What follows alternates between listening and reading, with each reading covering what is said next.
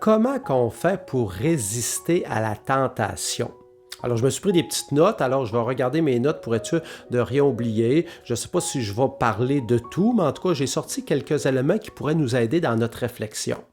Bien, premièrement, il faut s'en apercevoir qu'on vit une tentation. Si on s'en aperçoit pas, elle va passer tout seul, puis on s'en apercevra pas. Alors, il faut s'exercer à voir que ça pourrait en être une tentation.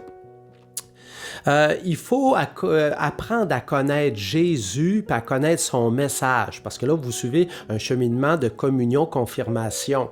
Alors, si dans la foi, on veut résister à la tentation, ben, il faut aller lire ce que Jésus nous a dit, expérimenter ce qu'il nous a dit, parce qu'il nous a donné des conseils.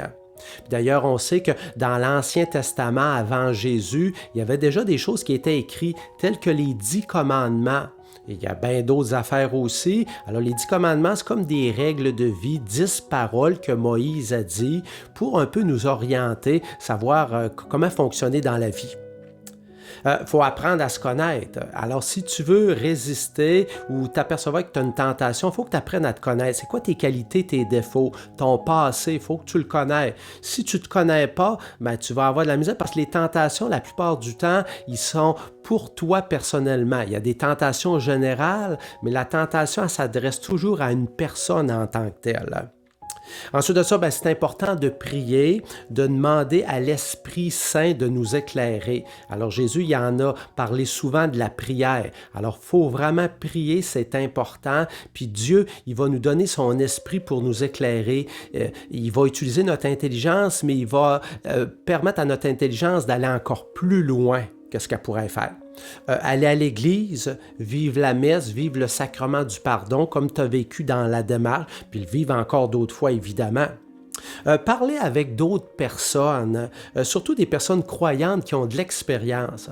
Parce que des fois, sans mal faire, on ne s'aperçoit pas qu'on vit une tentation ou qu'on résiste à une tentation. Puis là, quand on jase avec du monde, il y a des gens qui nous éclairent, disent « Ben là, tel événement que tu as vécu, là, c'était une tentation. » Puis là, nos yeux s'ouvrent, puis on est comme surpris un peu. Alors, les gens qui nous entourent, qui ont de l'expérience, ils vont nous aider aussi là-dedans. Apprendre à discerner. Le mot discerner, dans le domaine de la Bible, de la foi, ça veut dire démêler le bien du mal. Parce que dans nos sociétés d'aujourd'hui, comme celles d'autrefois, des fois, on essaye de faire passer ce qui est mal pour bien, puis ce qui est bien pour mal. Alors, c'est important, puis la Bible et tous les gens qui sont là, qui nous entraident, ben, ils nous aident à justement démêler tout ça.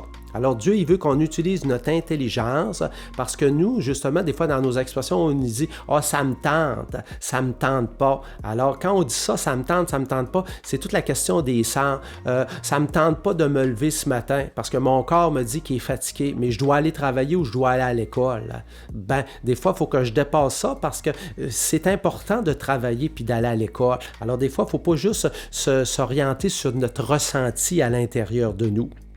Il y a des choses qui sont évidentes, des choses qui ne sont pas évidentes. Disons, tuer une personne. Si j'ai la tentation de tuer une personne, ben, normalement, on n'est pas supposé de tuer des personnes. C'est assez évident. Mais la tentation de manger trop, c'est quoi manger trop? Parce qu'il y a des personnes qui mangent plus que d'autres, mais pour moi, c'est quoi manger trop? Alors, il faut que j'apprenne à me connaître. Il y a une expression aussi qui dit « La vie n'est pas toujours blanc ou noir, elle est entre les deux ».